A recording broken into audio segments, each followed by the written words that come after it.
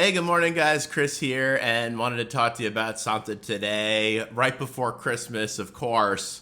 What does our wonderful government give to us? They give us this omnibus bill, okay? And I've been seeing a lot of people wringing their hands over this, rightfully so, being very upset about this, and wondering, what do we do? How are we gonna stop this from happening? And then they're wringing their hands over the Republicans who voted for it, and I just don't understand. And it's always when stuff like this happens that you hear words like civil war and secession. And as a matter of fact, there actually is some very good news. And I will tell you that I will not ever become one of these black-pilled people that are very depressing and don't present a solution. Because believe it or not, the founders of this country knew that this was going to happen.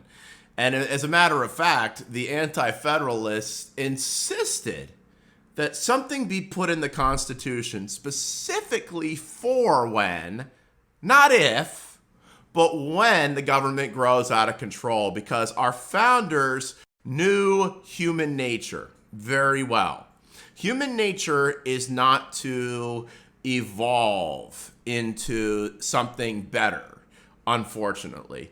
Human nature from the beginning of time, from the time that Adam and Eve gave the middle finger to God when Satan came to them and said, hey, God's keeping secrets from you.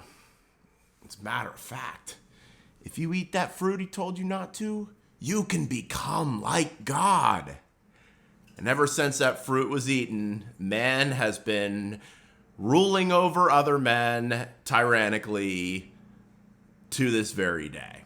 And the founders knew this, so they knew they had to prepare for the time when our government the government that the states created, by the way. The states created the federal government.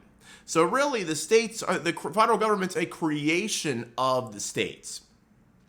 And it's our responsibility, the state's responsibility, to rein in this animal that we've allowed to grow fat, slovenly, and bloated, and allowed to get very sharp teeth to use against its citizens. As a matter of fact, I'm wearing a shirt right now that was given to me by a man who is sitting in prison right now without it, or actually he's on trial right now. For a charge that is completely ridiculous. And there are many people, the J6ers, who are in jail right now in the gulag, a lot of them without trials, and they're in there for Christmas because this government has become so overbearing and tyrannical. And the founders knew that there would need to be a method, a system built into the Constitution that would rein in this government when we needed to. Now, do you notice the Republicans that voted for this thing? Do you know that in this omnibus bill, there's actually population control? There's actually a part of it that gives money to family planning. We know it's abortion. In areas that indigenous species are endangered by humans. Do you know how sick this is to say this? But they say it, and it's in there. There's money for other countries. We keep giving money to this Ukrainian thug. This goes on, and it doesn't seem to stop. Do you notice that the Republicans that voted for this thing, you notice their names? Romney, McConnell, Susan Collins. Susan Collins has been a senator since I was a child. McConnell has been a senator since I was a child. I'm almost 40 years old. How is it that they are allowed to stay in office accumulating power for decades and decades, and they have not had term limits imposed on them? It's insane that we have these people, because they will be corrupted. No matter, even if you get a Rand Paul, they will all be corrupted if they stay in there long enough. Term limits must be imposed on them. When you say, well, Chris, they're not going to term limit themselves, so what are you saying? And well, that's why we have to do it for them. And that's why Article 5, Section 2 of the United States Constitution was written. 2/3 of the states, whenever they deem necessary, may propose amendments to the Constitution, and they will become part of the Constitution when ratified by 3/4 of the several states. That's 34 states to propose the amendments, and that is 38 in order to ratify them. The ratification process is the same by which they come out of the states or if they come out of Congress, because you don't want any crazy amendments getting through. That's why it's so difficult to get these things through. We must, and I mean this, and I tell you this every time this stuff comes up, we must impose term limits on Congress, and we must do it through the Convention of States process, because that's the only way to do it. That's the only way it's going to happen.